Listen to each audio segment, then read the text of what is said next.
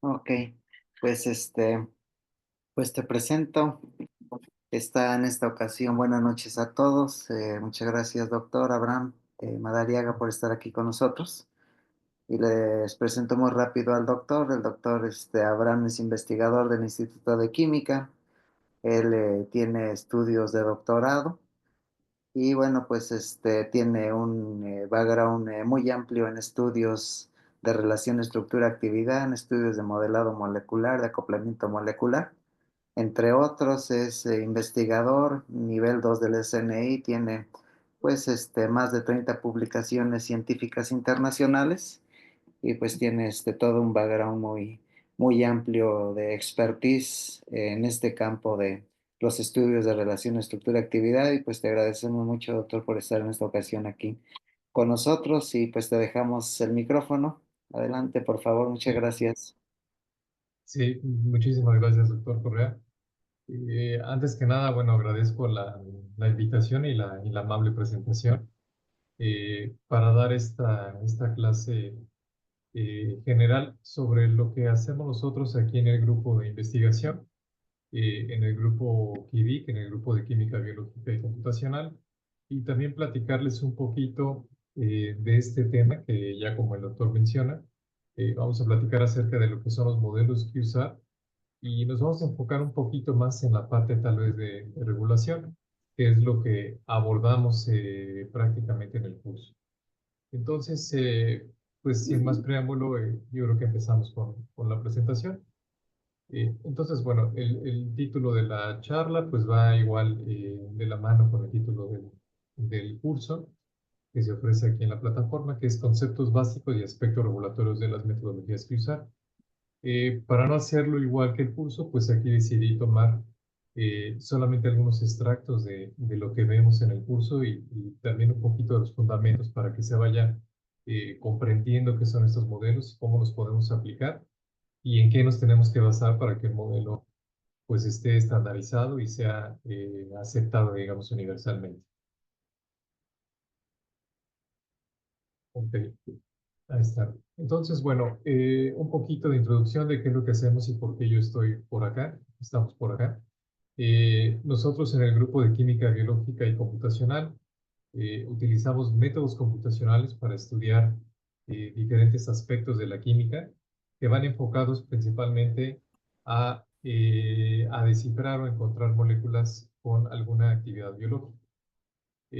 Estos métodos computacionales, si los pudiéramos dividir como en tres grandes grupos, serían modelos predictivos que usar, que es lo que vamos a ver en esta clase, modelos de reconocimiento molecular, que se basan en simulación de interacciones entre proteínas, enzimas, blancos moleculares, puede ser, por ejemplo, moléculas de ADN, ARN, y moléculas pequeñas, ¿no? Es decir, potenciales fármacos que puedan funcionar o que puedan estar interactuando con estas macromoléculas.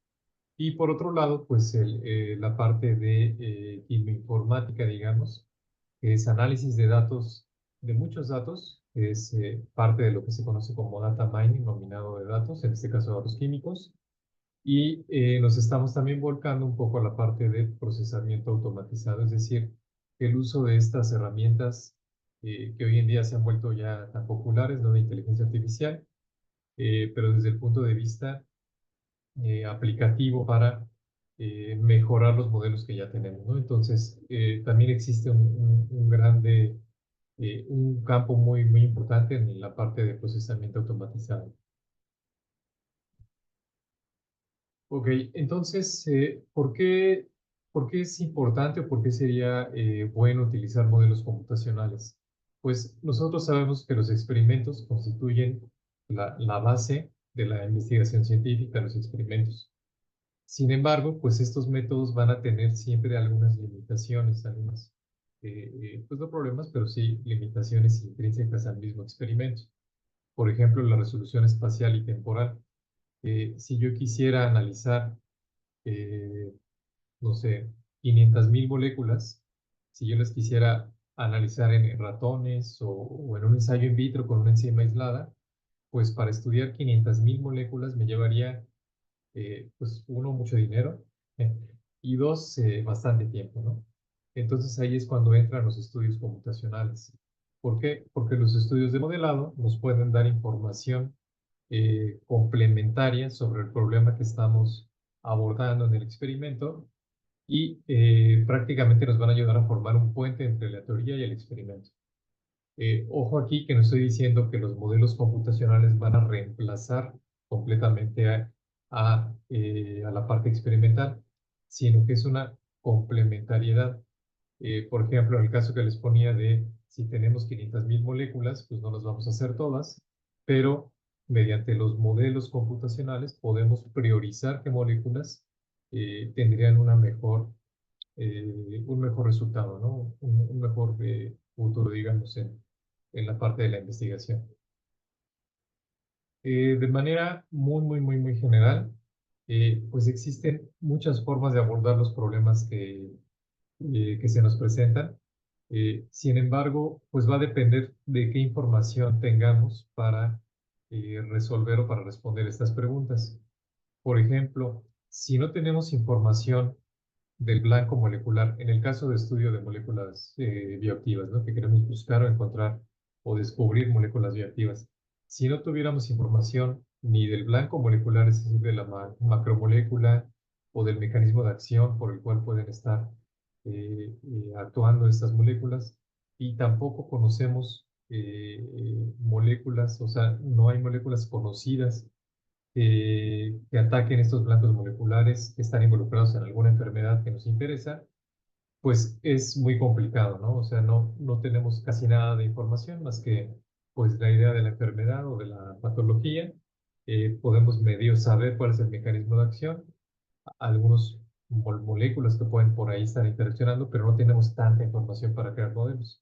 Entonces ahí, por ejemplo, podemos hacer bases de datos moleculares mediante química combinatoria, que son básicamente bibliotecas de combinatoria, es decir, generar moléculas de manera racional, ¿no? Por ejemplo, con un núcleo en particular y pegándole diferentes fragmentos o grupos funcionales a este núcleo principal y después evaluar estas moléculas de manera computacional. De esta forma, podemos tener un banco de datos nuevo, dirigido, ¿no? No sé, a lo mejor sabemos que por ahí un grupo, no sé, amino, un grupo amina o amida es muy importante para que se active o se inhiba o prenda alguna de estas rutas. Entonces podemos jugar con esa información, ¿no? Entonces es un diseño de moléculas azarosas, pero de manera racional. Si tenemos, por ejemplo, solamente la información del target molecular, del receptor de la molécula, perdón, de la macromolécula o de la enzima o del ADN o del ARN, pues entonces, y no tenemos información de qué moléculas pueden estar interaccionando, pues entonces podemos aplicar una estrategia que se llama diseño de novo. Esto es basándonos en la estructura del receptor, ¿no? De la macromolécula, podemos diseñar con base en estudios de interacción, podemos diseñar qué tipo de moléculas pueden unirse, activar, inhibir, interaccionar con este blanco molecular. ¿Por qué? Porque yo sé a lo mejor que en esta parte de la molécula debería haber una función, un grupo funcional hidrófobo o que genere puentes de hidrógeno por acá, o una interacción iónica, etcétera. Entonces, con base en esta información podemos diseñar ligandos para que puedan atacar este blanco molecular. Por otro lado, bueno, pues si tenemos información tanto del blanco molecular como de las moléculas que se pueden unir, en este caso le llamamos ligandos, de las moléculas que se pueden unir a estos receptores, pues estamos hablando de un diseño basado en la estructura, es decir, ya tenemos toda la información. ¿Qué es lo que necesitamos hacer? Pues tratar de mejorar esta molécula pequeña, que le llamamos small molecule. ¿Para qué? Para que tenga una mejor interacción con el receptor. Y por último, si no tenemos información del blanco molecular, pero conocemos muchísimas moléculas que tienen una actividad en común, por ejemplo, tengo un grupo de 15 moléculas que sinteticé en el laboratorio y las evaluamos contra la enfermedad de Chagas, ¿no? Contra el parásito, y vimos que son muy buenas, muy buenas todas. Y todas pues son parecidas, por ahí tienen algunos cambios estructurales, pero todas son parecidas. Entonces, si queremos buscar más moléculas o mejorar la actividad de estas moléculas, pues podemos hacer estudios de similitud estructural buscando moléculas que sean parecidas a la que me salió superactiva para tratar de encontrar alguna mejoría, ¿no? en este tipo de moléculas. O bien podemos hacer estudios QSAR. ¿Por qué? Porque lo que necesitamos en un estudio QSAR es eso, es información. Es mucha información de moléculas que tengan una actividad en común. Entonces, en esta masterclass, pues nos vamos a centrar justamente en esta parte de acá, que son los estudios QSAR. Ok, entonces, ¿qué son los modelos predictivos QSAR? O bien también conocidos como QSPR, ¿no? Ahorita creo que en la siguiente diapositiva viene. ¿Cuál sería la meta o el objetivo de los estudios QSAR? Pues es identificar asociaciones entre atributos de estructuras químicas y actividad biológica. Aquí yo tengo una estructura química y la premisa que persigue o en la que se basan estos estudios QSAR es que moléculas similares van a tener propiedades biológicas similares.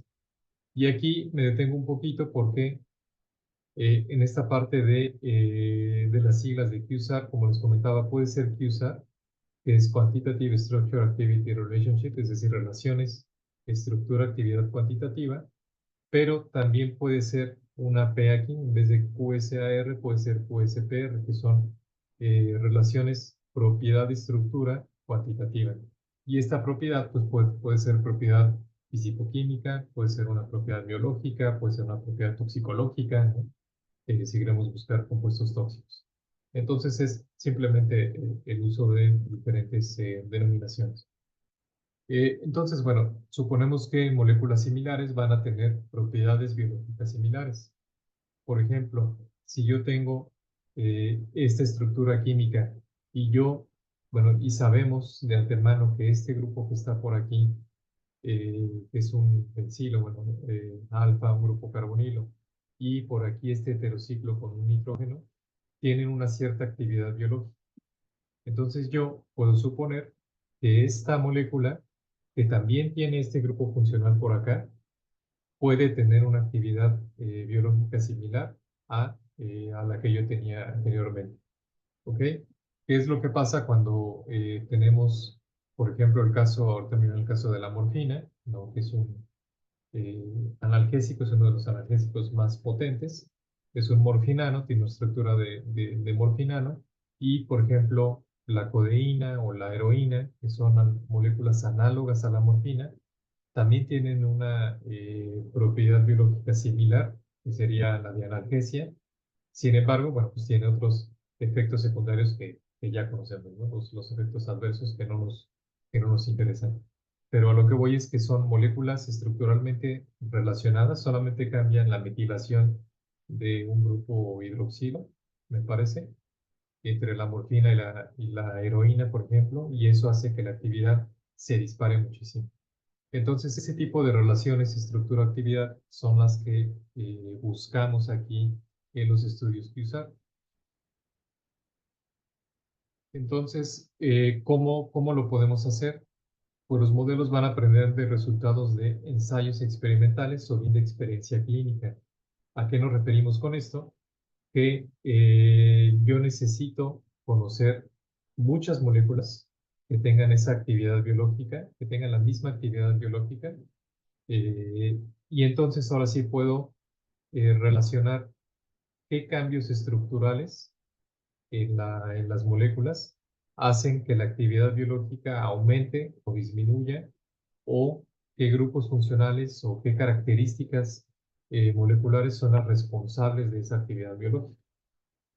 Entonces, para eso utilizamos algoritmos computacionales para evaluar fragmentos de las estructuras químicas y de esta manera entonces encontrar la asociación entre la estructura y su actividad biológica.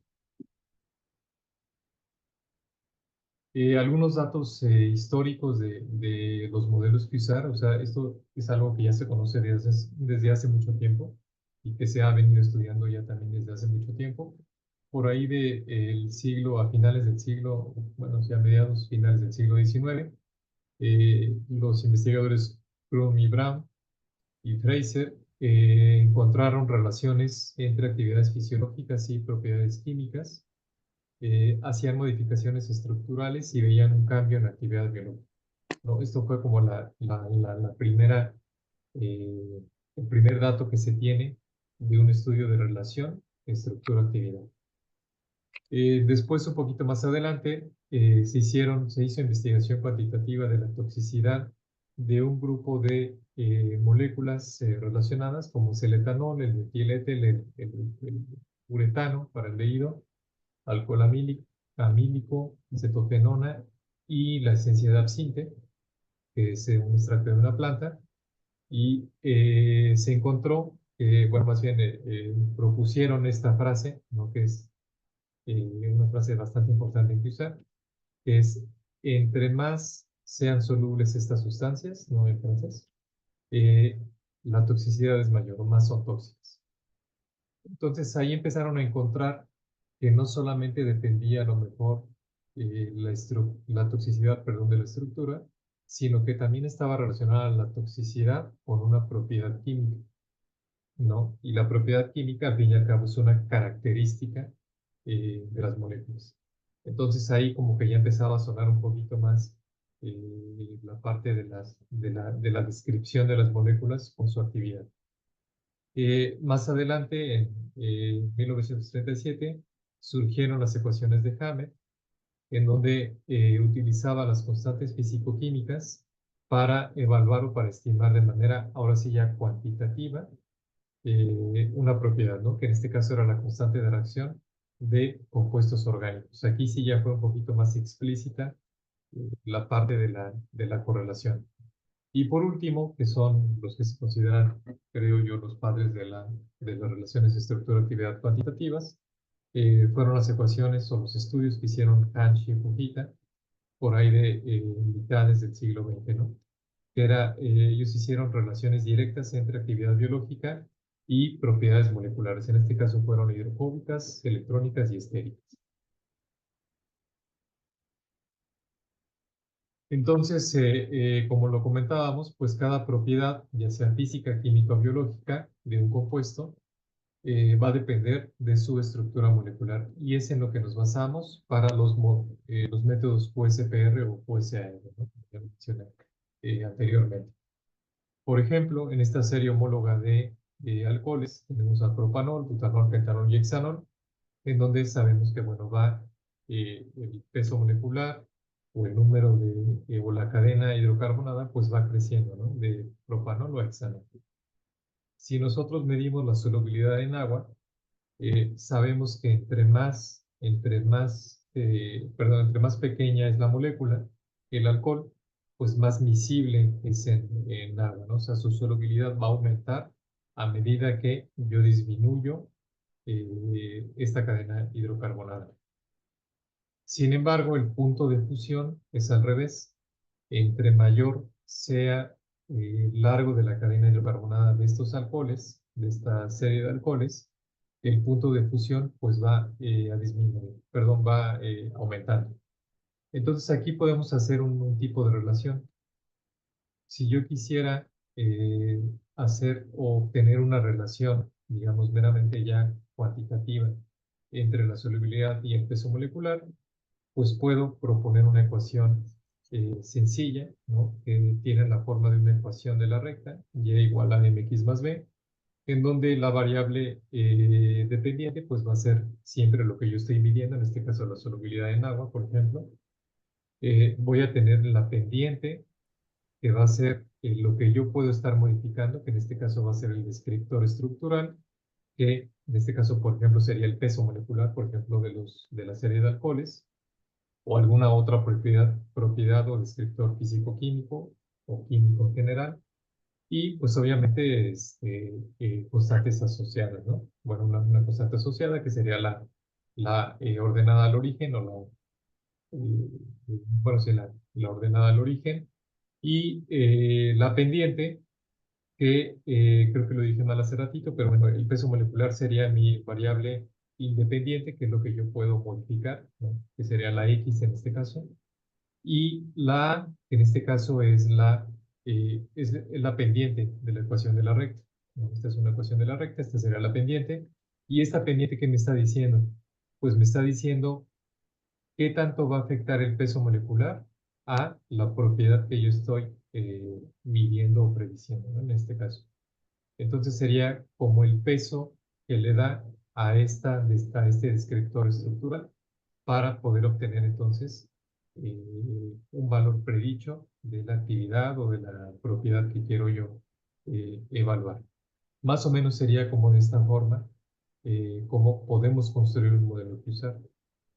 Y como lo comentaba anteriormente, pues dependiendo de lo que yo esté midiendo o tratando de predecir, pues es como se va a llamar estos modelos, ¿no? Puede ser QSPR, QSAR, hay unos que le llaman también QSPR, si es de toxicidad o incluso de reactividad. Entonces, ¿cómo relacionamos la estructura con la actividad? Pues aquí, por ejemplo, tengo esta estructura, ¿no? En donde tengo un grupo R que yo puedo estar modificando, y a este grupo R pues le puedo cambiar el grupo funcional. Puede ser, por ejemplo, simplemente el hidroxilo, puede ser el metoxilo, o puede ser algo ya un poquito más grande, más complejo, ¿no? Por ejemplo, emitir un fenilo, etcétera. Y lo que yo voy a hacer es medir la actividad. Sin embargo, aquí, por ejemplo, a diferencia de la serie de análogos de alcoholes que vimos anteriormente, en este caso la actividad pues no lleva una correlación lineal, ¿no? Aquí no podemos decir que a mayor actividad, digo, perdón, a mayor peso molecular, mayor es la actividad, fuera cual fuera esta, en una dosis efectiva media, en una concentración inhibitora, lo que fuera. Pero esta actividad pues no me está correlacionando, por ejemplo, aquí con el peso molecular, ¿no? Que era que es lo que podríamos pensar. Entonces, si tuviéramos más datos, a lo mejor veríamos una correlación así. En este caso, aquí sería, por ejemplo, el peso molecular, y aquí yo tendría la actividad, ¿no? En el eje de las Y, de la variable dependiente. Entonces, aquí yo no puedo determinar una correlación lineal, como lo hice anteriormente. Tendría que buscar alguna correlación un poquito más, un modelo, perdón, que me describiera un poquito mejor estos datos. Y ahí es donde entra entonces toda la parte de la generación de los modelos que usar. Tratar de encontrar esa correlación. Y no solamente lo vamos a hacer con el peso molecular, sino con algo que conocemos como descriptores moleculares. ¿Ok? ¿Por qué? Porque a lo mejor el peso molecular no correlaciona con la actividad, pero tal vez, no sé, el índice de refracción o la solubilidad en compuestos orgánicos, ¿no? El OP, a lo mejor ese sí va a correlacionar con la actividad. Entonces el modelo lo voy a poder describir mucho mejor. Y entonces por eso es que tenemos que hacer, pues, todo una serie de pasos para encontrar, para poder proponer este tipo de relaciones. ¿Qué necesitamos entonces para la generación del modelo que usar? Pues primero, como lo mencionaba, necesitamos datos. ¿Cuántos? Muchos, los que sean necesarios. No hay una regla o un parámetro específico que nos diga, necesitas 50 datos, ¿no? O 50, bueno, sí, datos de moléculas con una actividad conocida. Realmente no hay una regla escrita. Sin embargo, pues aquí sí, como dice la frase, entre más mejor, ¿no? Entonces, entre más datos tengamos, pues vamos a tener una mejor probabilidad de encontrar un modelo más ajustado a lo que estamos buscando. Después necesitamos caracterizar a los datos, y esto lo hacemos mediante el cálculo de descriptores moleculares, que ahorita vamos a revisar a qué nos referimos con esto también. Necesitamos algoritmos para generar estos modelos, ¿no? Actualmente ya hay muchísimos con todo esto del resurgimiento del aprendizaje automatizado, de machine learning e incluso de deep learning. QSAR se ha disparado para bien, ¿no? O sea, para generar modelos mucho más confiables, mucho más rápidos y mucho más acertados. Y pues obviamente necesitamos validar estos modelos, ¿no? Una cosa es que yo genero un modelo que haga mi ecuación de la recta, pero otra cosa es que realmente funcione, ¿no? Y eso tenemos también que tenerlo en cuenta. ¿Cuál sería, una vez que yo tengo esta información, cuál sería el flujo de trabajo de un estudio que usar? Pues lo podemos dividir más o menos en estos pasos, ¿no? Tengo las moléculas, tengo que tener bien esclarecido cómo introduzco yo las moléculas al modelo que usar, cómo las estoy describiendo, metiendo más bien a mis datos. Después tengo que hacer el cálculo de descriptores moleculares, que también ahorita vamos a ver un poquito más a qué nos referimos con esto. Una vez que yo tengo mis moléculas y ya las tengo descritas, entonces tengo que hacer un análisis multivariado, que aquí es donde vienen los algoritmos para generar estos modelos, que puede ser desde algo muy conocido como una regresión lineal múltiple o una regresión lineal simple, pasando por algoritmos un poquito más complejos, pero al fin y al cabo estadísticos. Por ejemplo, análisis de componentes principales, redes neuronales, vecinos cercanos, mapas autoorganizados y muchos otros que existen. ¿Ok? Tenemos que, una vez que tenemos ya los modelos, pues tenemos que medir, o sea, tenemos que saber que están funcionando, ¿no? Y que están correlacionando con la actividad. Y aquí es donde utilizamos parámetros estadísticos para saber si está funcionando mi modelo. Y primero internamente. Y por último, tengo que validar el modelo. Y esto lo hago con datos que no utilicé para generar el modelo, sino son datos externos por ahí que apate. Y voy a ver si realmente me está prediciendo la actividad que debería de ser, ¿no? La propiedad o la actividad que debería de ser. ¿Sale? De manera un poquito más esquemática, ¿cómo sería entonces o cómo funcionaría un modelo de usar? Pues yo tengo moléculas, como lo decíamos, tenemos muchas moléculas. Estas moléculas están anotadas con información de alguna actividad biológica, toxicológica, alguna propiedad que yo quisiera predecir. Tengo que hacer el cálculo de los descriptores moleculares y con estas dos partes de información, entonces puedo generar mi modelo que usar. Después lo valido, lo reviso, lo checo que esté muy bien y ya. Y ya que está perfecto, entonces ya lo puedo utilizar. ¿Cómo lo utilizo? Pues si yo tengo una nueva molécula que quiero predecir esta actividad biológica, pues tengo que hacer el cálculo de los mismos descriptores moleculares para poder meterlo a mi modelo que usar. Y entonces ahora sí puedo predecir una actividad biológica o una propiedad físico-química o algo que yo esté trabajando. ¿Sale? Más o menos sería así. Ahorita lo vamos a ir como desmenuzando, pero más o menos sería así a grandes rasgos. Ahora bien, ¿de dónde puedo yo encontrar o sacar estos datos? Pues uno es, como lo comentamos, yo sintetizo las moléculas, tengo un laboratorio, una configuración y mido la actividad biológica, ¿no? Pero pues puedo hacer de 10, de 15, de 20, pero ya tener 100 datos, 1000 datos o 1 millón de datos, pues va a ser un poco complicado. Afortunadamente en Internet, bueno, no en Internet, sino de manera general, pues existen bases de datos que son accesibles y que son de dominio público, algunas otras son privadas que tenemos que pagar para poder acceder a la información, pero afortunadamente hay bastantes bases de datos con información pública y accesible, ¿no? ¿Qué base de datos voy a utilizar? Pues va a depender de lo que yo esté buscando, ¿no? Si yo necesito, por ejemplo, información sobre moléculas con actividad terapéutica, o sea, por ejemplo, fármacos, pues puedo irme a esta base de datos que se llama DRUGMAN.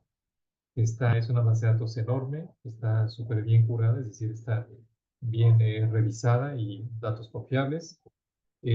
Puedo yo enfocarme, por ejemplo, o quiero buscar o quiero predecir toxicidad de moléculas, pues puedo irme a esta otra página, a esta otra base de datos que se llama Kembo, que aquí viene no solamente información toxicológica, sino información de muchas otras actividades biológicas.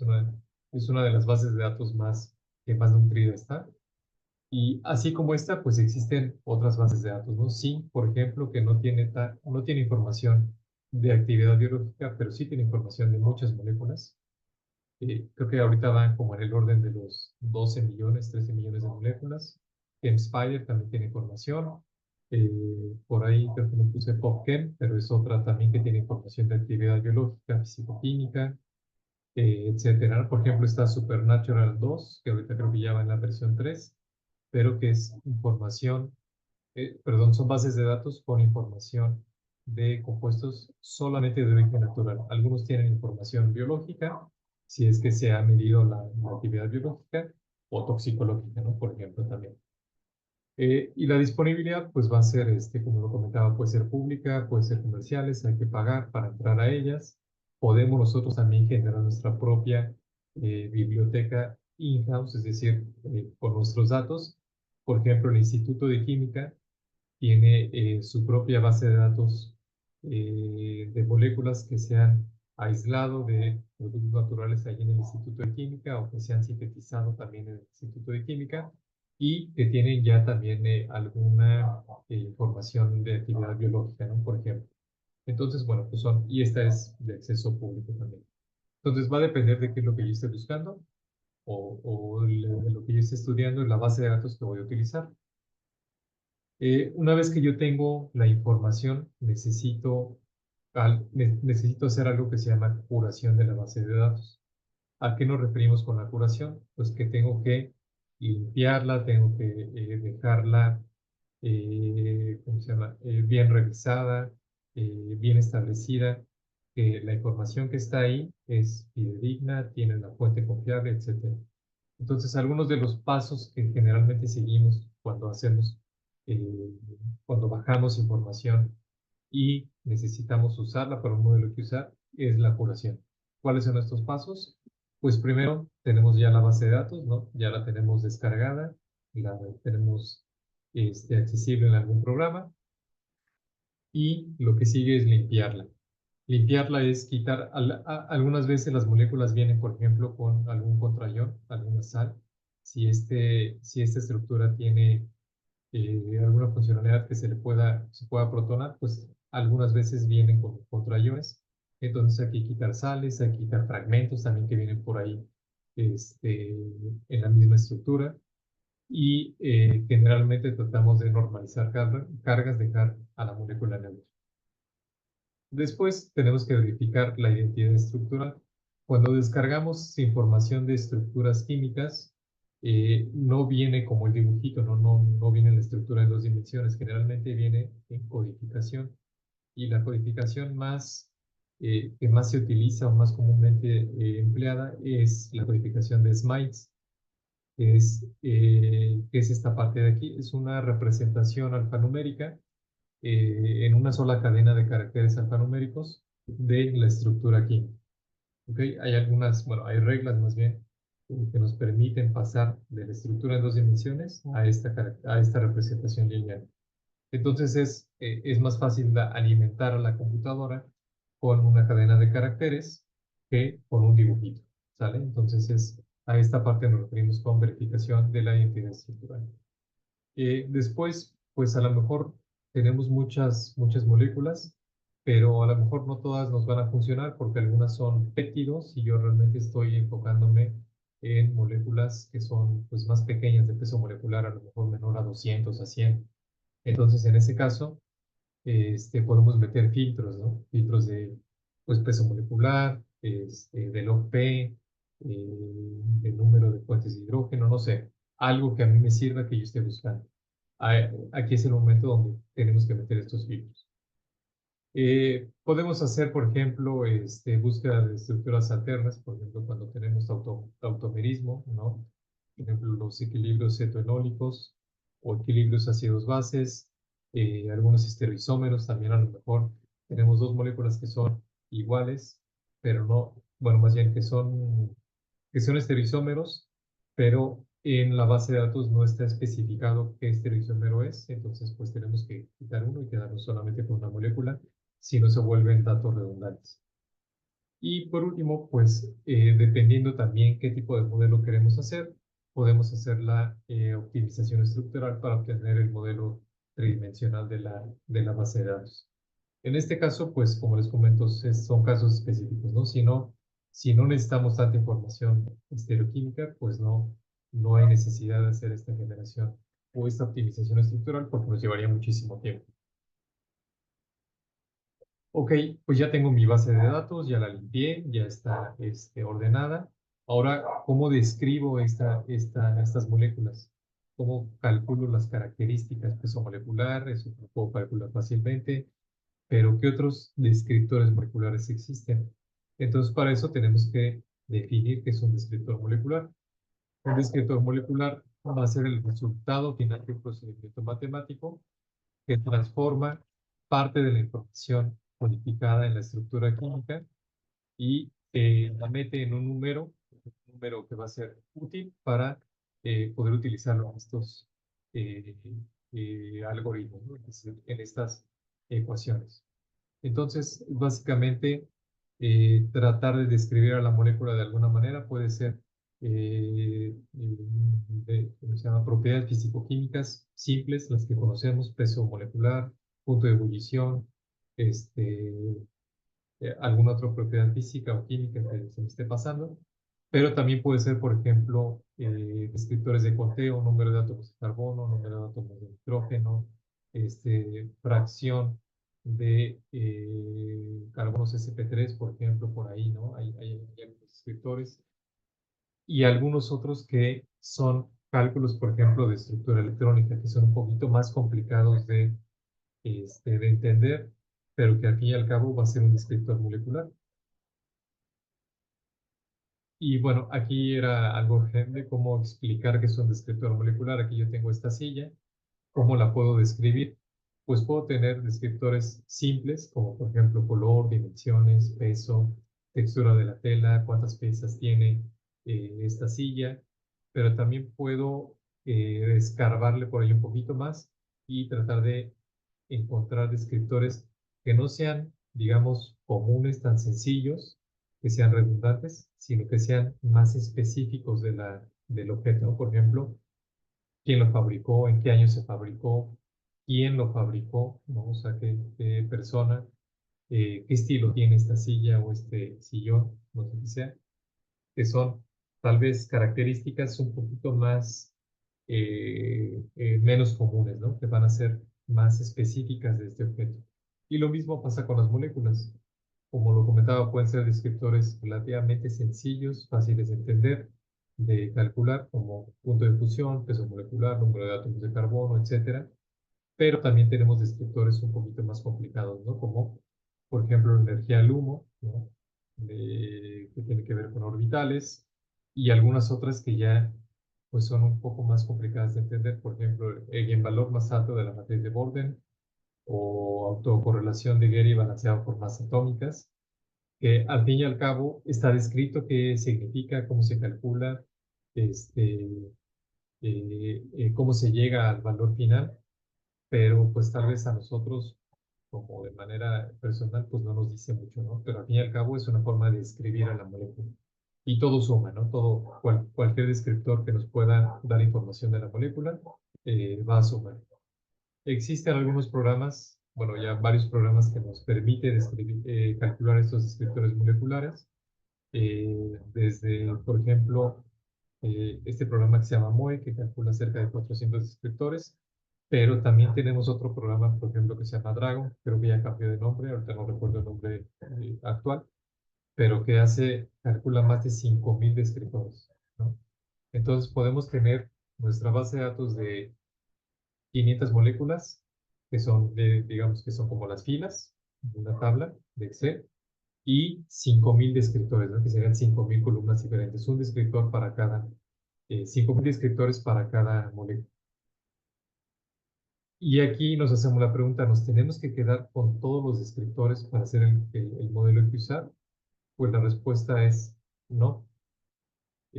¿Por qué? Porque no toda la información nos va a servir, alguna información va a ser redundante. Entonces, ¿qué tenemos que hacer? Tenemos que preprocesar esta información.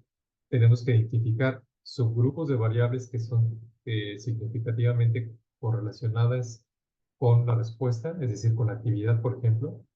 A lo mejor el peso molecular pues va a correlacionar muy bien con la actividad tóxica, pero la solubilidad pues no correlaciona nada, o sea, no importa si es más soluble o menos soluble. Entonces, esa característica pues yo la puedo quitar, la puedo eliminar, porque no me va a dar, no me va a aportar información a lo que yo quiero predecir o describir. Puedo quitar variables o descriptores que tengan varianza cero, cercana a cero, es decir, no sé, a lo mejor de mis 100 moléculas, yo les calculé el número de átomos de azufre, pero resulta que ninguna tiene azufre. Entonces todas van a ser cero.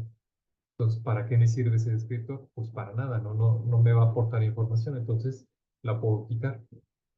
Quitar variables con información redundante entre las mismas variables. Es decir, dos descriptores que me den la misma correlación o la misma información.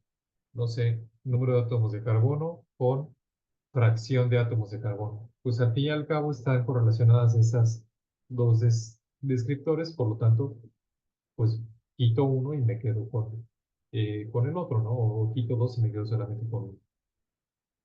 Podemos identificar subgrupo de variables las cuales puedan ayudar a construir el modelo, y esto ya va a depender un poquito más del algoritmo, ¿no? Ahorita vamos a ver esa parte. Y evitar el chance correlation. Esto es evitar descriptores o variables que nos puedan dar información como de falso positivo, ¿no? Es decir, está metida ahí esta variable y nos da como que información redundante. Entonces, pues más que aporte, o sea, al fin y al cabo el algoritmo lo va a tomar en cuenta y nos va a dar una respuesta positiva, pero no está dando una respuesta positiva porque pues está repetida esta información. Entonces ahí es donde entra en juego toda la parte del procesamiento de los datos. Entonces, bueno, como resumen de esta parte del procesamiento de los datos, de la información, pues nos va a permitir mejorar la interpretabilidad, es decir, modelos un poquito más simples, ignorar efectos no significativos, nos va a quitar ruido, ¿no? Como lo que les decía, pues si no tiene azufre, yo estoy calculando el número de azufre, de átomos de azufre, pues no me va a decir nada. Incrementa la aplicabilidad del modelo, ahorita vamos a platicar del dominio de aplicabilidad, eh, y también nos va a ayudar pues a incrementar la predictibilidad de este modelo. Y por último, pues entre menos datos, entre menos variables tenga, perdón, pues voy a agilizar el tiempo en el que yo puedo generar o desarrollar este modelo. Entonces también es para cuestiones un poquito más prácticas. Ok, entonces ya tengo la información de mi base de datos, de mis moléculas, con las que voy a construir el modelo. Ya les calculé los descriptores moleculares. Y ahora, ¿qué sigue? ¿Cómo construyo el modelo? Pues para eso nos tenemos que basar o nos basamos nosotros en una guía que generó la OCDE, la Organización para la Cooperación y Desarrollo Económicos, por ahí del 2000, aquí está en el 2007, que es una guía para la validación de modelos que usar. ¿Y por qué utilizamos esta guía? Pues porque esta guía nos va a servir para la generación, la estandarización y el correcto reporte de resultados de estudios que usar, sobre todo enfocado un poquito más a la parte de regulación, ¿ok? No quiere decir que si yo voy a hacer un modelo que usar para investigación propia, tengo que basarme en estos modelos, ¿no? Digo, perdón, en estos principios. No, no necesariamente, pero sí es una guía de manera general para tener modelos, como lo comento, un poquito más como estandarizados y pues de alguna manera creo que más confiables también. ¿Cuáles son estos 5 principios de la OCDE? El primero es un endpoint definido, ¿no? Ahorita vamos a hablar cada uno de ellos, los vamos a desmenuzar. El segundo es un algoritmo no ambiguo. El tercero es dominio de aplicabilidad o aplicación definido. El cuatro, que es muy importante, medidas apropiadas de bondad de ajuste, robustez y predictibilidad. Y por último, el cual no es necesario, pero lo sugiere la OCDE, es dar una interpretación mecanicista. Y ahorita también vamos a ver a qué nos referimos con esto. Entonces, el primer principio, que es un endpoint definido. ¿Qué es un endpoint? Es cualquier propiedad físico-química, efecto biológico o ambiental que pueda ser medida y que por lo tanto pueda ser modelado, es decir, pueda meterse en un estudio que usar. Entonces, la medición de esta propiedad debe ser realizada en condiciones definidas. Eh, ¿A qué nos referimos con esto del endpoint definido? Por ejemplo, propiedades físico-químicas, punto de ebullición, punto de fusión, presión de vapor, etc. Propiedades ambientales, por ejemplo, biodegradación, oxidación atmosférica, bioacumulación, efectos ecológicos, por ejemplo, toxicidad en peces acuáticos, toxicidad en algas y obviamente efectos en humanos, por ejemplo, toxicidad oral aguda, toxicidad aguda por inhalación, toxicidad aguda por piel, ¿no? Aquí, por ejemplo, estamos definiendo, todo esto es toxicidad, hasta acá, todo esto es toxicidad. Sin embargo, estamos definiendo exactamente a qué nos referimos. Toxicidad oral aguda, e incluso tenemos que poner, por ejemplo, en qué animal se midió, en rato. Toxicidad aguda por inhalación en mamíferos, en ratas, en ratones, en perros, en hámster, no sé. Toxicidad en piel aguda, ¿qué se midió? Entonces, a eso nos referimos con un endpoint definido, que sea una información detallada sobre el protocolo que se utilizó para generar o para medir esta actividad. Tiene que estar estandarizado. No, no quiere decir que tuvo que haber sido medido en el mismo laboratorio, pero sí bajo el mismo protocolo. ¿Ok? Diferencias entre protocolos experimentales no deberían dar lugar a valores tan diferentes en la actividad. Por eso es que el método en el cual se mide esa propiedad o esa actividad o esa toxicidad, pues debe de estar de alguna manera estandarizado. Las diferencias pues deben de ser también racionalizadas, ¿no? O sea, si encontramos alguna diferencia entre dos datos que encontramos de la misma molécula que son datos diferentes, ¿por qué salieron diferentes? Porque este laboratorio lo midió así y este otro reporte dice que lo midió de esta manera. Entonces, a esto nos referimos con el endpoint definido, o sea, el punto final, la propiedad que se está modelando debe de estar definida y debe de estar eh, revisada, estandarizada, bien medida. ¿Ok? Segundo punto de la OCDE es un algoritmo no ambiguo. ¿A qué nos referimos con el algoritmo no ambiguo?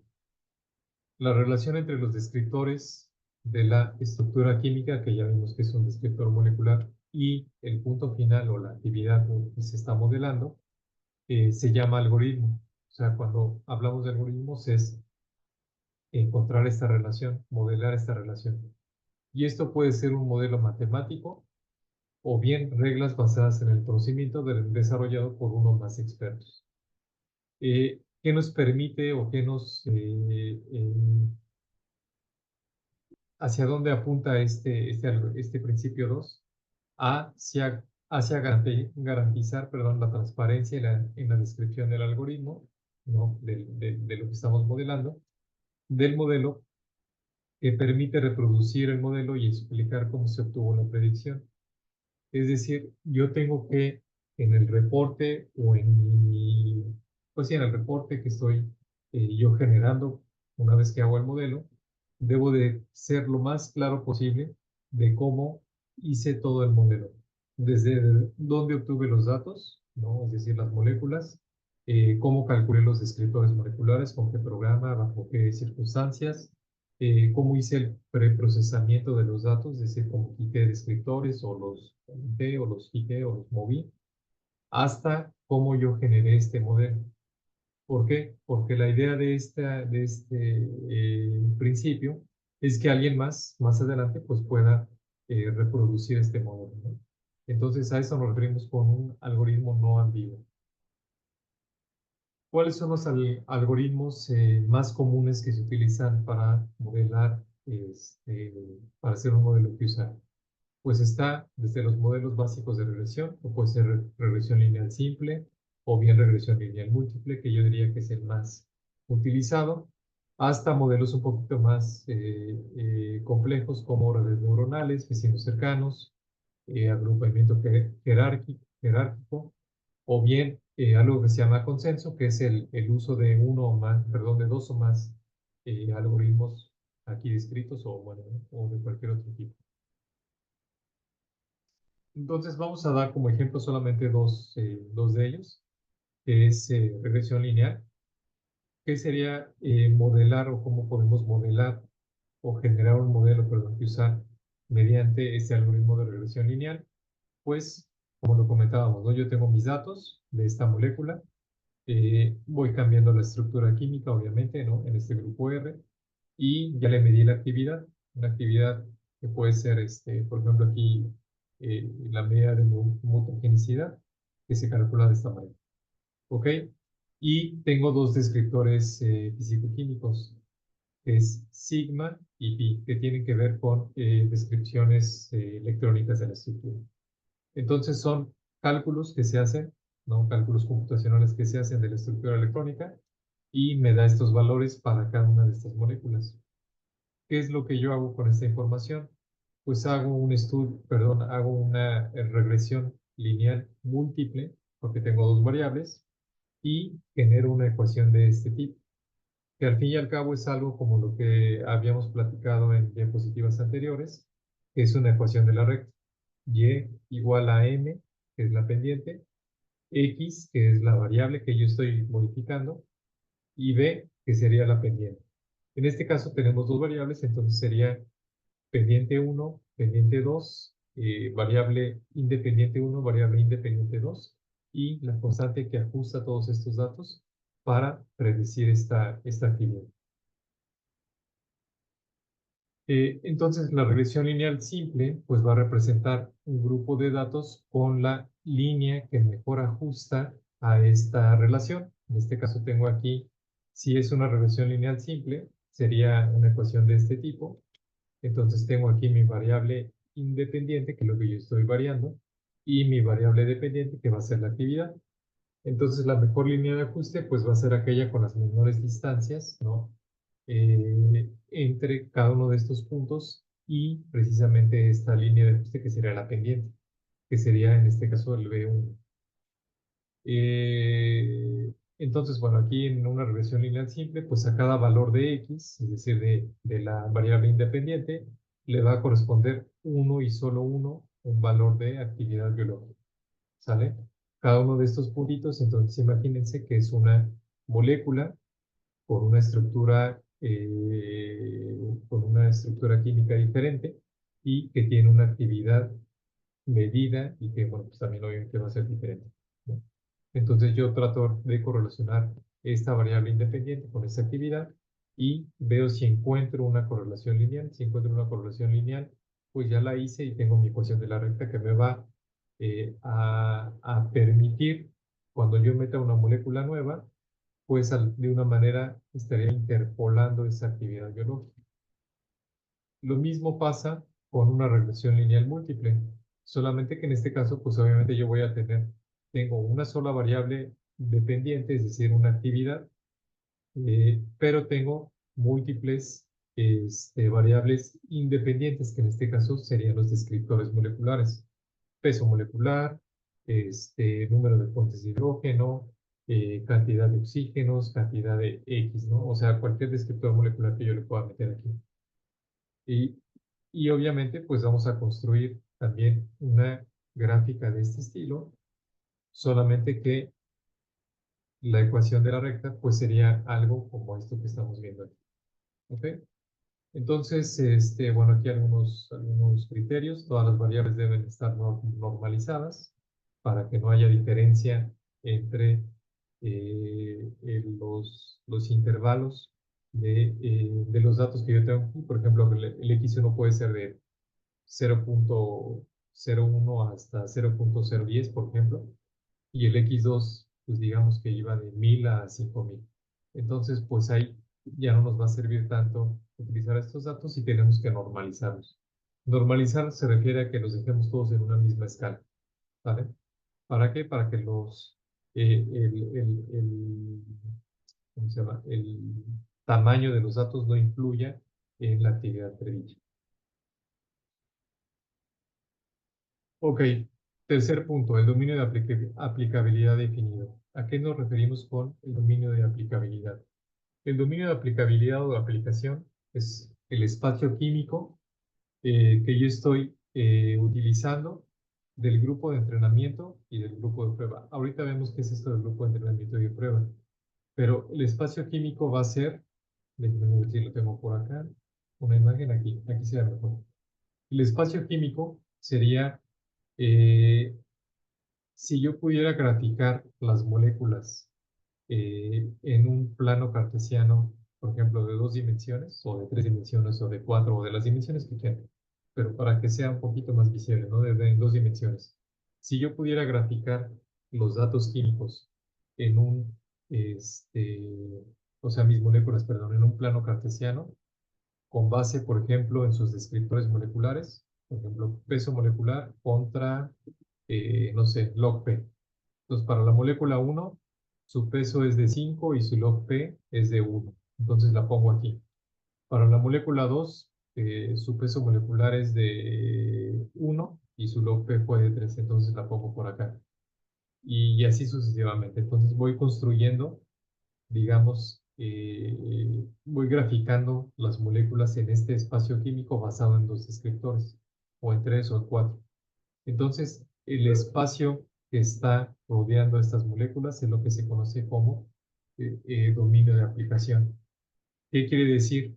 Que si yo tengo una molécula que tiene, o sea, cuando yo le calcule sus descriptores y lo grafique en este plano cartesiano que llamamos espacio químico, cae dentro de mi espacio químico que yo utilicé para generar el modelo.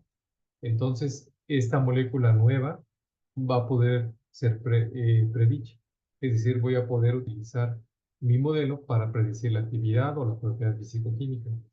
Sin embargo, si la molécula, una molécula nueva, cae fuera de este espacio químico de los datos que yo utilicé para generar el modelo, pues se va a poder predecir porque al fin y al cabo es una ecuación, ¿no? Entonces yo meto los datos y me va a arrojar un resultado, pero yo sé que está muy alejado de las moléculas que están aquí.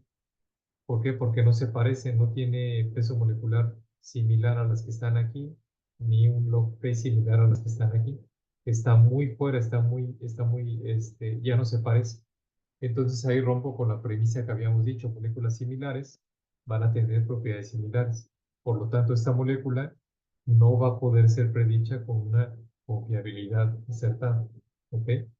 Entonces es la importancia del dominio de aplicación. Hay que definirlo, hay que calcularlo y para cada molécula nueva que yo vaya a modelar, bueno, a predecir su actividad, necesito ver si cae dentro del dominio de aplicación. Ok, la cuarta propiedad, perdón, principio, sería medidas apropiadas de bondad de ajuste, robustez y predictibilidad. ¿A qué nos referimos con este principio? Pues de manera general, este principio expresa la necesidad de proporcionar 2 tipos de información principal. Uno, que es el rendimiento interno del modelo, es decir, que también está funcionando de manera interna este modelo con los datos con los que se generó ese modelo, que está representado por la bondad de ajuste y la robustez, y que se determina mediante el uso de un conjunto de entrenamiento. Ahorita vemos a qué nos referimos con esto. Y obviamente la predictividad o predictibilidad de ese modelo, que está determinada mediante el uso de un conjunto de pruebas adecuado. También ahorita vamos a ver a qué nos referimos con esto. Sin embargo, se sabe siempre se piensa que no existe una medida absoluta de predictividad que sirva para todos los fines, ya que esta predictibilidad pues, puede variar en función de los métodos y de los parámetros estadísticos que utilizamos en cada evaluación.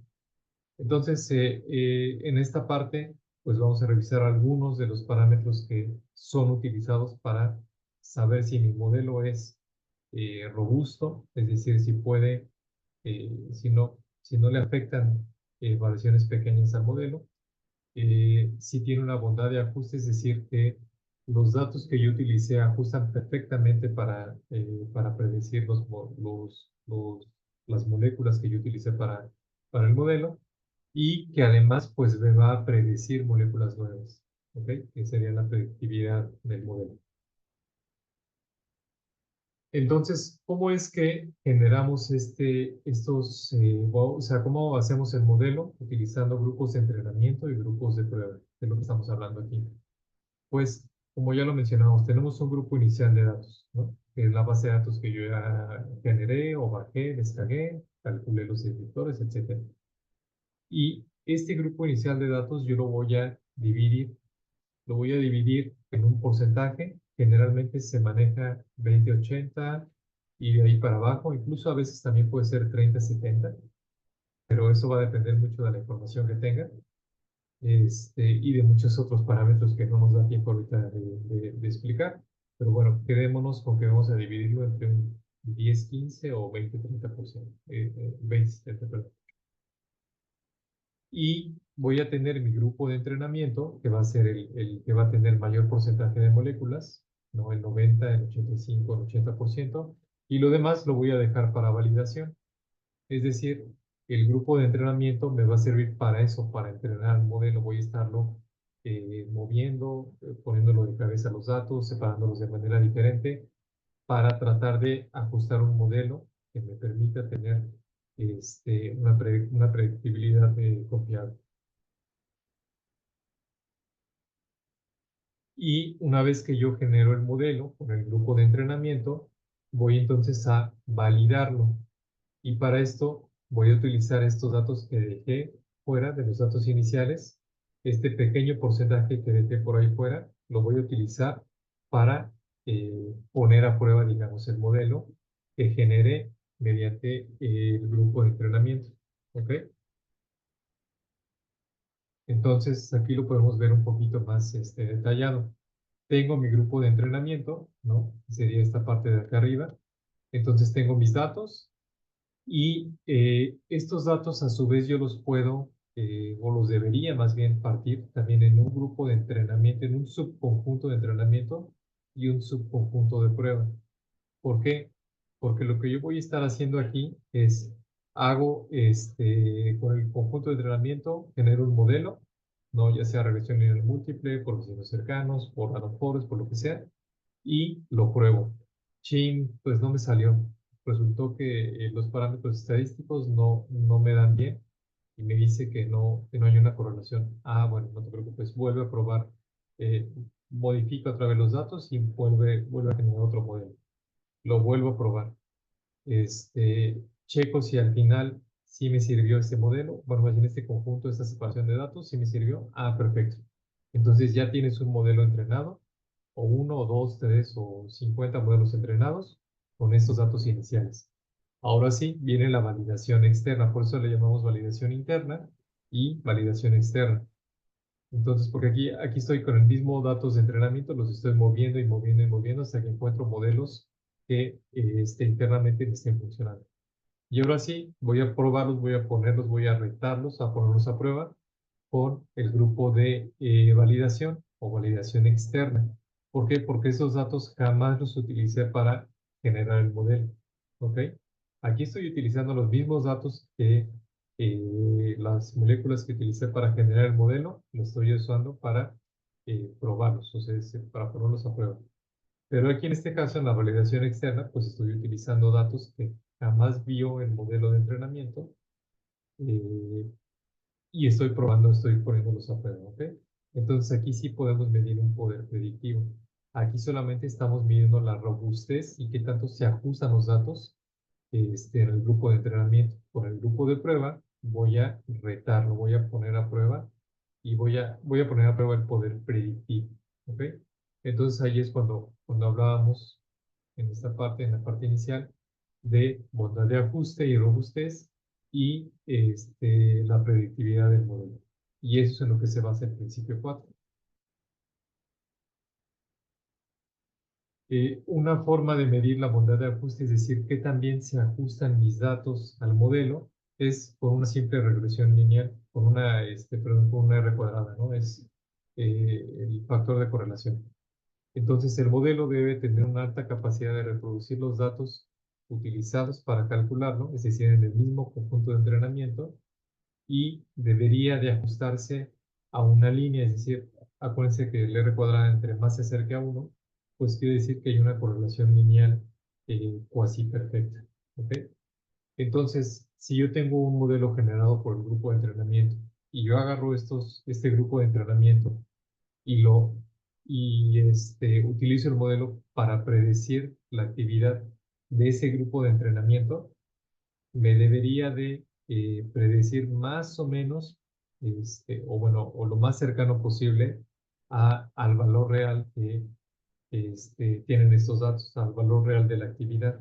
Entonces aquí yo pondría mi grupo de predichos, por ejemplo, los valores predichos para este grupo de entrenamiento con el modelo que ya generé, y en el eje de las X pondría el valor experimental.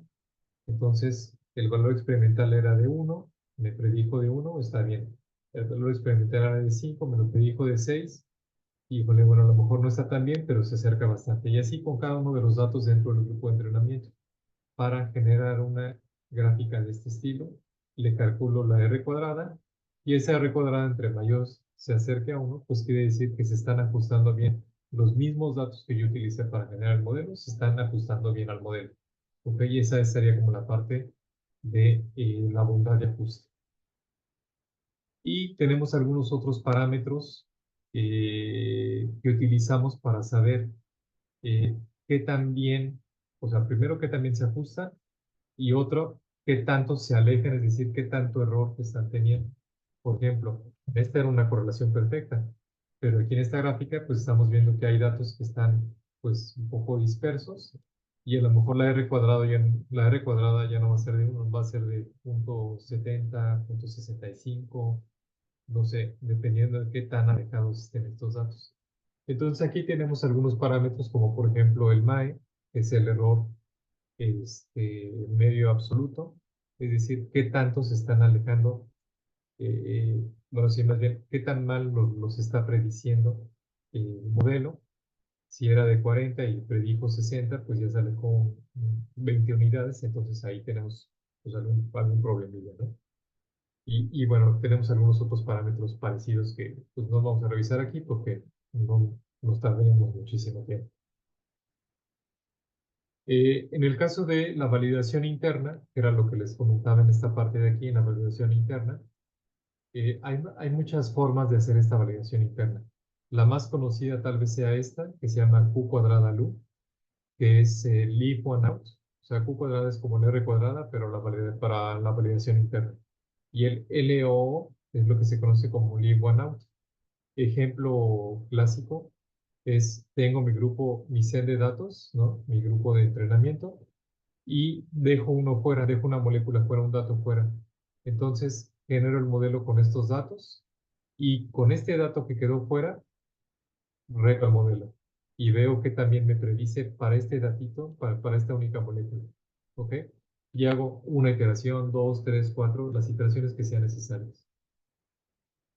Y al final, el valor del I1out pues va a ser el promedio de todas las iteraciones que hice para, para saber qué también está prediciendo internamente el modelo. ¿Ok?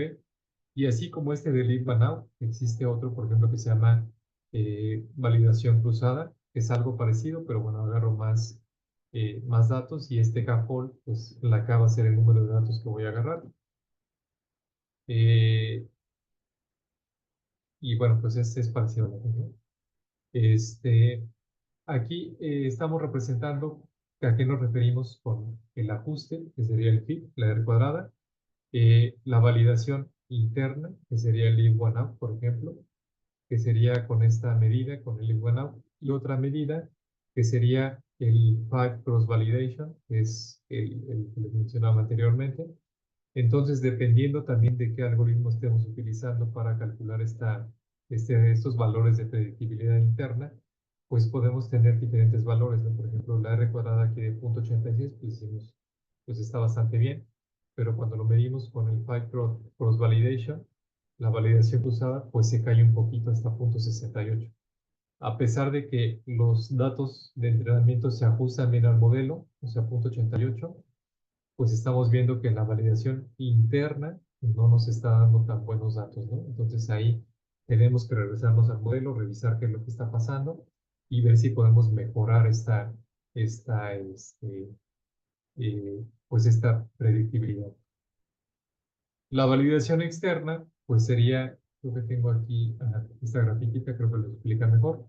La validación externa, como lo mencionaba, pues ya tengo mi modelo, ya lo validé internamente, ya vi que está bien, pero entonces ahora voy a agarrar los datos que había apartado por ahí, un 10%, un 15%, que los había dejado por ahí sueltos, y los voy a meter a mi modelo. Y voy a hacer lo mismo, voy a ver qué también se parece la actividad predicha con la actividad experimental, ¿no? Por ejemplo, en este caso. Este, y de igual manera, pues voy a calcular una R cuadrada. Por ejemplo, aquí, para esta R cuadrada, pues es de 0.2135, lo cual quiere decir que no se ajusta para nada los valores. A pesar de que la validación interna me había salido relativamente bien, a lo mejor en 0.65, 0.7, la validación externa se cayó. Y esto puede ser porque el grupo que yo dejé apartado, por ejemplo, para la validación externa, los datos que dejé sueltos, los del 10%, el 15%, pues la estructura química no es tan parecida a los del grupo de entrenamiento, ¿no? Entonces, como no son tan similares, pues la actividad ya no va a ser tan similar. Quiere decir que ya no están dentro del dominio de aplicación. Y por eso algunas veces la predicción se cae, ¿no? En la validación externa. Entonces, bueno, hay que tomar en cuenta muchos factores para poder, digamos, validar de manera completa o de manera final estos modelos. Por último, tenemos el último principio, que es una interpretación mecanicista. ¿A qué nos referimos con esto?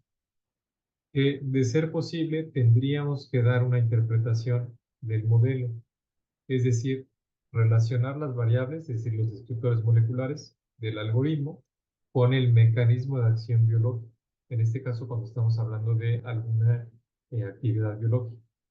Ojo que esto pues no siempre va a ser posible, ¿no? O sea, si yo, por ejemplo, para la toxicidad tengo peso molecular como descriptores y, no sé, log-P otra vez, pues puedo decir a lo mejor, pues entre el log-P es muy importante. ¿Por qué? Porque me permite saber si la molécula va a atravesar membranas celulares, ¿no? Y entonces, como el mecanismo de acción es que ataque al núcleo, pues entonces yo sé que entre mayor log-P tenga, pues va a atravesar mejor estas membranas y va a atacar al núcleo.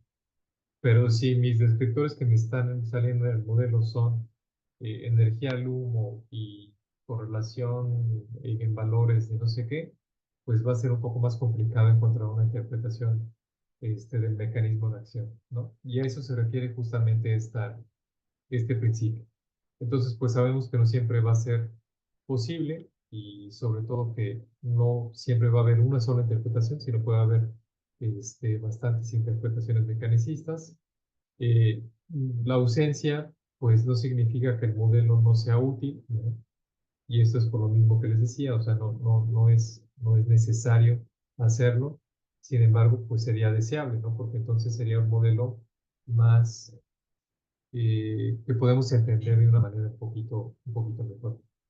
Y bueno, la intención de este principio 5 pues no es rechazar modelos, sino que tratar de garantizar que sea un modelo que se pueda, eh, se dice, pues como eh, utilizar de manera un poquito más racional, ¿no? Bueno, claro, como el peso aumenta, pues la actividad biológica va a disminuir porque, no sé, porque precipita o algo así, ¿no? Entonces, esa es como la idea de este punto. Y bueno, pues esto va a depender mucho de cómo le estemos tomando nuestra. Me lo voy a saltar un poquito porque ya estamos cortos de tiempo. Y simplemente saber si los modelos que usar realmente funcionan. Pues sí, sí funcionan. Aquí uno de los ejemplos, digamos, más, pues no actuales, pero sí relevantes, El grupo del doctor Tropcha Alexander Tropcha es uno de los investigadores que más se ha metido en el campo de QSAR. Por ahí si lo pueden, si les interesa y lo pueden revisar, pues sería importante. Por ejemplo, en este estudio, para descubrir moléculas que tengan la actividad de antimaláricas con estructuras nuevas, se utilizó un estudio basado en QSAR, un virtual screening, pero basado en QSAR. Entonces, ¿qué hicieron? Por ejemplo, tomaron una base de datos de 3.133 compuestos con actividad conocida antimalárica, tanto activos como inactivos. Esto es importante también hacerlo, resaltar que aquí se utilizaron moléculas tanto, digamos, positivas como negativas. ¿Por qué? Porque lo que pretendían esos investigadores, pues era de alguna manera no sesgar el modelo, sino que el modelo nos dijera si eran moléculas activas o eran moléculas inactivas. ¿Ok? También podemos hacer eso. ¿Por qué? Porque si utilizamos puras moléculas activas, a final de cuentas, como decía, el modelo va a estar ahí, es una ecuación, nos va a predecir, nos va a dar un dicho, pero pues no sabemos si va a estar, si va a ser confiable o no. Entonces aquí en este caso, bueno, se utilizaron 3.000 compuestos activos e inactivos, se hizo el cálculo de descriptores, se hicieron los modelos que usar, como ya lo hemos visto, y se utilizó una base de datos de muchas moléculas que se llama Cambridge Database, y lo metieron a estos modelos que usan generados. Y entonces de estos resultados, bueno, más bien de esta información, resultó que se encontraron 176 moléculas como activas, predichas por este modelo, y 42 moléculas que fueron predichas como inactivas, o sea que de plano no iban a tener actividad, ¿no? Se agarraron estas moléculas, se hizo la confirmación experimental, tanto de los activos como de los inactivos, y resultó que encontraron nuevos scaffolds. Scaffolds son los núcleos de las moléculas, ¿no? Para las moléculas con actividad antimalárica se tienen cierto grupo de estructuras químicas ya conocidas, bien definidas. Sin embargo, mediante este estudio, se encontraron núcleos nuevos, núcleos estructurales nuevos, lo cual pues, fue bastante bueno y novedoso, ¿no? Para este estudio. Y todo esto se generó mediante modelación de estudios que usó. Y por último, pues todo esto era para referirnos a que también aparte de investigación y de encontrar actividades biológicas, pues también lo podemos aplicar en regulación. En este caso, aquí en nuestro país, COFEPRIS pues ya adoptó este tipo de estudios que usar sobre todo para pesticidas, o más bien únicamente ahorita para pesticidas. Por ahí se empezó a tratar de ver si se podía enfocar también hacia fármacos. Sin embargo, todavía no está bien establecido esta parte, todavía no está bien aceptado, pero para pesticidas pues sí se utilizan estudios que usar y sobre todo para impurezas asociadas a los ingredientes activos de los pesticidas. Y esto porque, pues en Europa, por ejemplo, ya se utilizan desde hace algunos años estos estudios que usan precisamente para predecir toxicidad de impurezas asociadas a pesticidas. Bueno, aquí simplemente es para mencionar que el ingrediente activo tiene que ser sí o sí, tanto para COFEPRIS como para otras agencias regulatorias, tiene que ser medida la toxicidad experimentalmente. Sin embargo, para impurezas podemos hacerlo mediante estudios PISA. Algunos de los propiedades fisicoquímicas o algo biológicas que se pueden predecir o que más comúnmente se predicen para regulación son estas que están aquí fisicoquímicas que están involucradas, que están relacionadas con destino ambiental o toxicidad ambiental y pues obviamente toxicidad en diferentes organismos, ¿no? En marinos, en mamíferos, en plantas, etc. Y bueno, pues por mi parte sería todo. Nuevamente agradezco al doctor Correa por la invitación y pues espero que les haya sido de utilidad esta pequeña charla. Y bueno, si hay dudas, obviamente pues estoy aquí para responderles. Muchas gracias, doctor. doctor Abraham, por tu excelente presentación y pues vemos ahorita aquí en el chat este, las dudas que tengan los jóvenes por aquí, si quieren abrir el mensaje o quieren poner alguna duda acá en Facebook. Tenemos unas preguntas, déjame checar muy rápido. Por Claro, aquí nos pregunta el doctor Andrés Alvarado, nos pregunta que qué software ocupas para los estudios de CUSA. De hecho, nos puso tres preguntas. Una es esta que comenté, la otra dice qué tan válidos pueden ser modelos obtenidos con CUSA Toolbox y con ASIC QSAR. Son sus preguntas del doctor Andrés. ok. Pues muchas gracias por la pregunta. La primera, ¿qué software utilizamos nosotros? Sí, Pues va a depender. Por ejemplo, hay un software que es de acceso libre, que se puede descargar. Este lo desarrolló la EPA, la Agencia de Protección Ambiental de Estados Unidos, y el programa se llama TEST. Por sus siglas en inglés, quiere decir algo de Toxicity Estimation Tool, no me acuerdo qué, software, ¿no? Pero es así, test, como de prueba. Ese lo pueden ustedes descargar directamente de la página de la EPA y tiene algunos de los algoritmos que revisamos aquí. Ese programa es muy bueno. Sin embargo, para moléculas que son un poco... bueno, y este programa de test está enfocado un poquito más a la parte de predicción de toxicidad para moléculas que se utilizan como pesticidas. Entonces, si yo quiero utilizar el software para predecir toxicidad de un fármaco, por ejemplo, o de alguna molécula tipo fármaco, pues va a estar un poquito complicado porque está enfocada o está sesgado un poco más a pesticidas, a información de pesticidas. Entonces, en ese caso, tenemos que hacer modelos desde cero.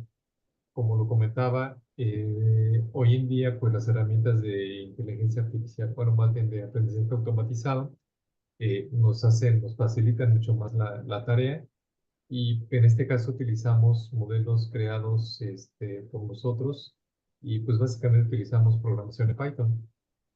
O sea, hay muchas librerías en Python que nos permiten ya hacer todo el flujo de trabajo desde la curación de la base de datos hasta la parte de la generación y validación de los modelos. Lo podemos hacer en Python y bueno, y también funciona bastante bien. Por ahí mencionaba el software de User Toolbox. sí, QSAR Toolbox, sí. User Toolbox. Ese, si no mal recuerdo, ese creo que de hecho viene en la página de la OCDE también. Eh, Ese programa es bueno, pero creo que no es yo lo he usado muy pocas veces. Al principio simplemente, entonces ahorita ya no tengo muy bien claro cómo se utilizaba, pero recuerdo que es un poco complicado de utilizar, es poco amigable. Viene toda una guía de cómo utilizarlo. Y lo interesante de ese programa es que como está referenciado hacia los 5 principios de la OCDE, los reportes que nos genera ese programita, pues son bastante acertados y bastante buenos y son basados obviamente en la guía de los 5 principios de la OCDE para los estudios que usar. Entonces es bastante bueno. Sin embargo, yo lo que le veo, la única desventaja que le veo es que es poco amigable para su uso. Ok. Y bueno, como ese existen programas como el que decía también de ACD Labs, por ahí algunos otros programas de modelado molecular también tienen incorporados herramientas para generar modelos y usar desde cero.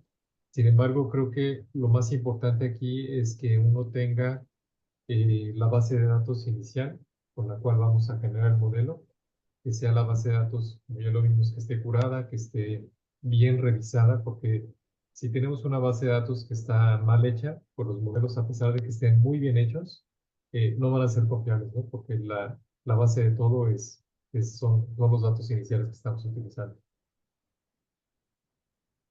Ok, entonces, vamos a ver por aquí en el Facebook. Aquí nos vuelve a preguntar el doctor, ¿cuál es el número mínimo de moléculas para generar y entrenar un modelo QSAR? Ok, sí, esa era como lo comentaba, ¿no? En la presentación. Es una pregunta complicada porque nunca hay un número mínimo para generar modelos. Yo he visto modelos que usar generados con 30 moléculas, ¿no? Sin embargo, 30 moléculas, pues tendríamos que dividirlas, por ejemplo, el 20% serían este, 24 moléculas para entrenar y 6 moléculas para validar, ¿no? Entonces, sí, si nada más tienes 30 moléculas, tu dominio de aplicación va a ser muy pequeño y va a ser muy acotado solamente a ese espacio químico. No quiere decir que sea malo, ¿no? Porque podemos tener modelos que sean locales y que sean específicos para, yo quiero medir solamente moléculas de tipo esterol. Ah, bueno, pues entonces puedo generar un modelo local, pero si ya lo quiero generalizar, pues tengo que meterle más información. Entonces, el número mínimo de moléculas, no hay un número mínimo. Creo que, o sea, 10 moléculas no, sería imposible hacer un modelo que usar, sería casi imposible, pero yo me aventuraría a decir que arriba de 25 moléculas podemos empezar a generar modelos pequeños, pero confiables. Ok. Por aquí pregunta Alex Hernández, aquí nos pregunta, dice, me pregunta si estos estudios se pueden realizar usando software libre. Ujú. Sí, sí, claro, como lo comentaba, ¿no? Está este programa de test que viene, que está en la, perdón, que está, bueno, es que se puede descargar de la página de la EPA.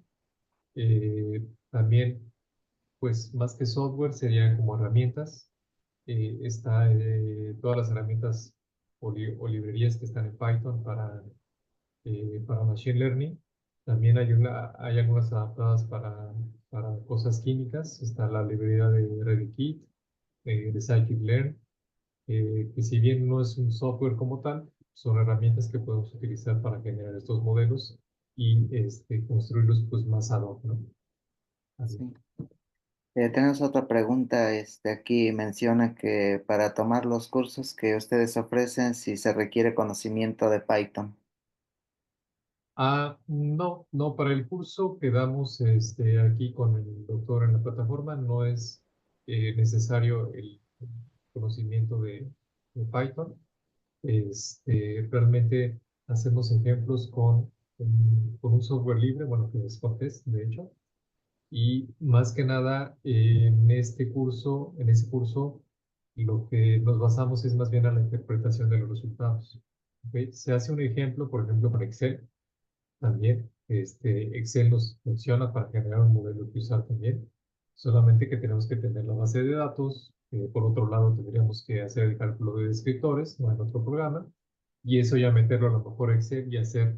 Excel nos permite hacer, por ejemplo, regresión lineal múltiple. Entonces ahí mismo podemos hacer ese tipo de estudios. Y de hecho es como lo hacemos en el curso, en el ejercicio que hacemos en el taller. Pero si ya quisieran meterse un poquito más a Python, bueno, ya ahí tendríamos que a lo mejor armar otro curso o hacerlo un poquito más específico. Ok. Muchas gracias, doctor. Y por aquí en el chat de Zoom tenemos otras preguntas. Dice, ¿de qué depende el análisis multivariado que se elige? Ah, ok.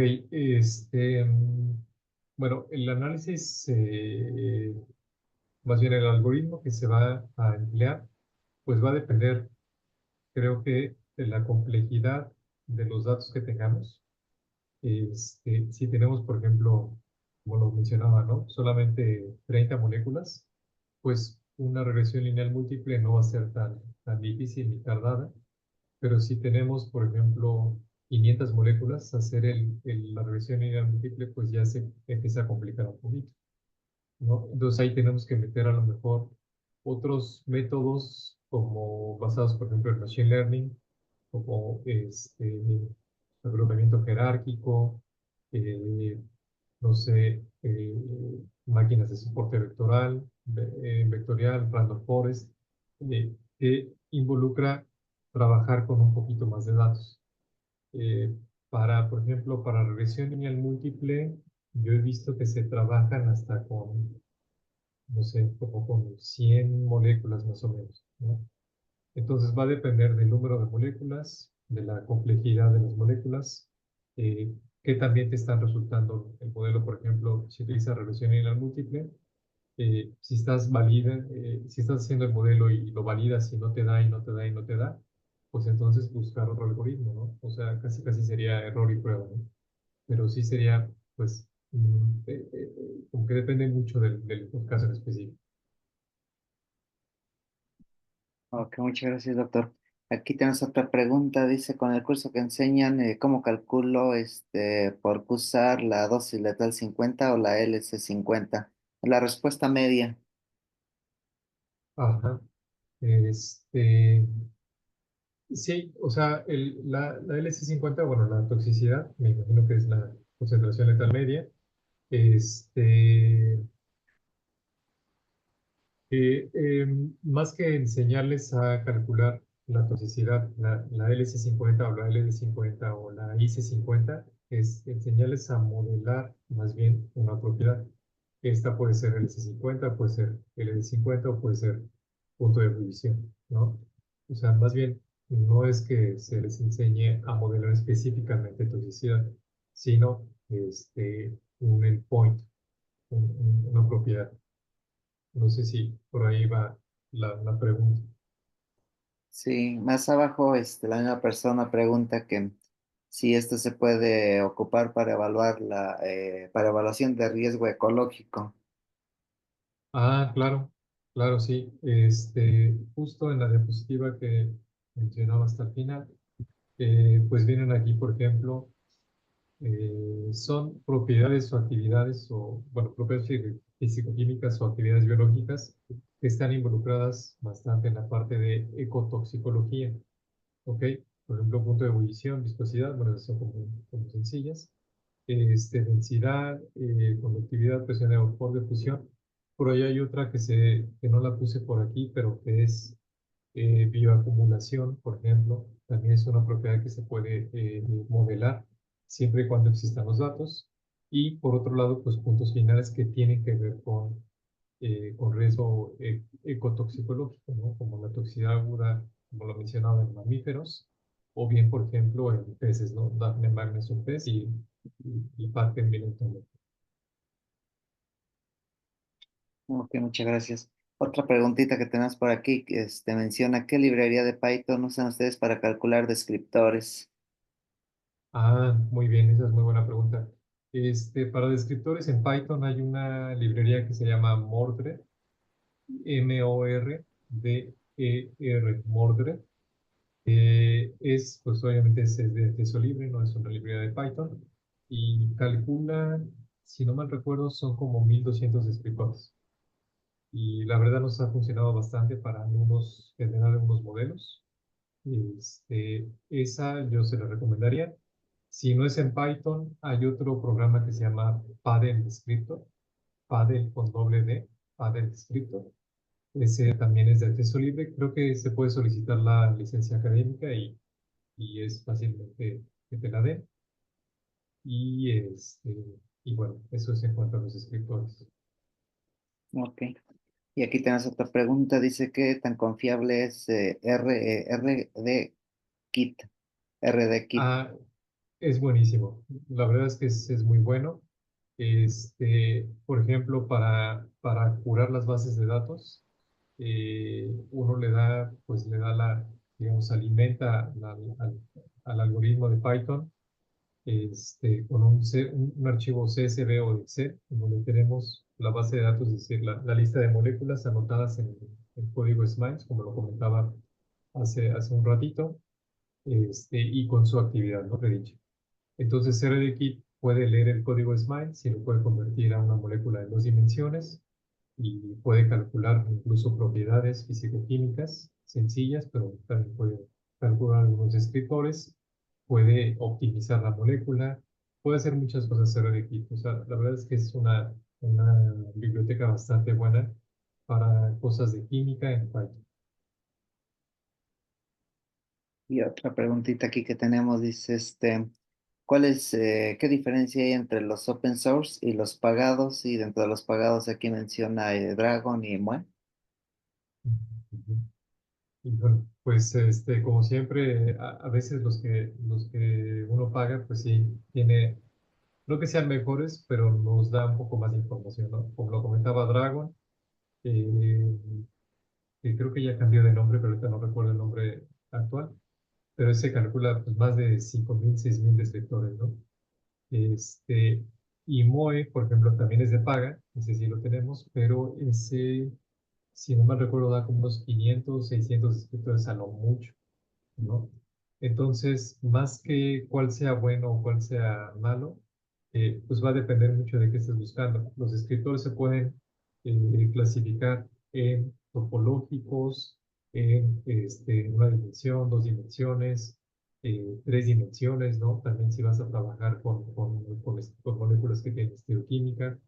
Entonces, también tenemos que buscar esa parte. ¿Qué programa me da la información que yo necesito para crear el modelo?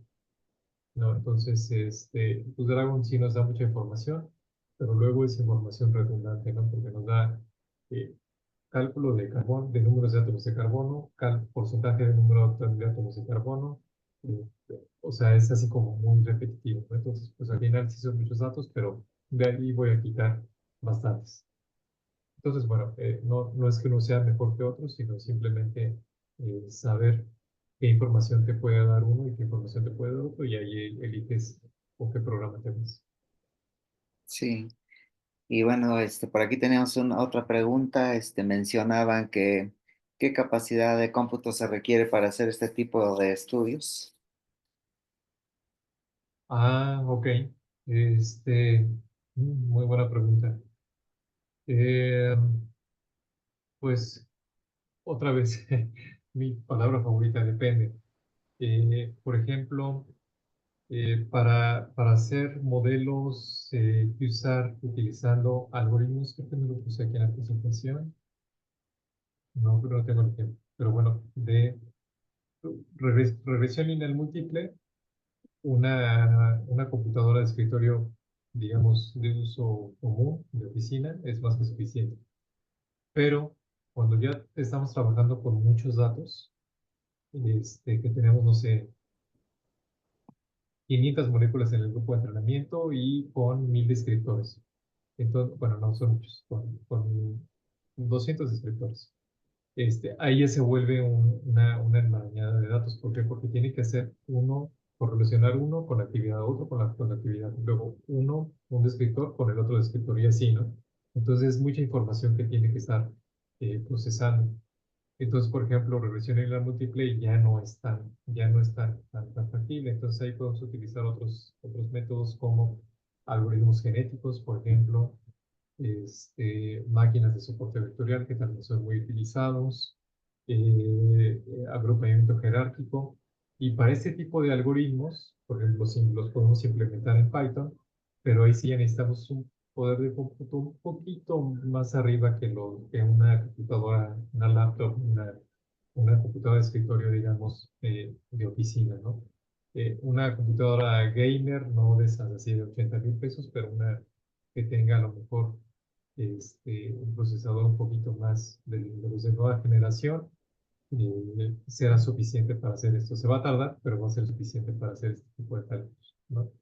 Yo en una computadora con GPU, con una tarjeta de NVIDIA, he metido algoritmos genéticos y se ha tardado como, bueno, también depende de qué tanto le pidas, de las iteraciones, pero digamos para generar 20 modelos se ha tardado cerca de unas 6 horas, por ejemplo, más o menos, ¿no? Entonces, va a depender del número de datos, del número de iteraciones que le estés pidiendo y de qué algoritmo estés utilizando.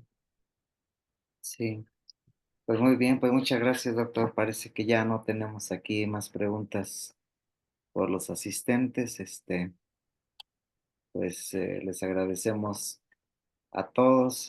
También a usted le agradecemos mucho el apoyo por darnos esta clase gratis. Y bueno, pues se subirá en YouTube ahí para los que no alcanzaron a verla, estará ahí disponible.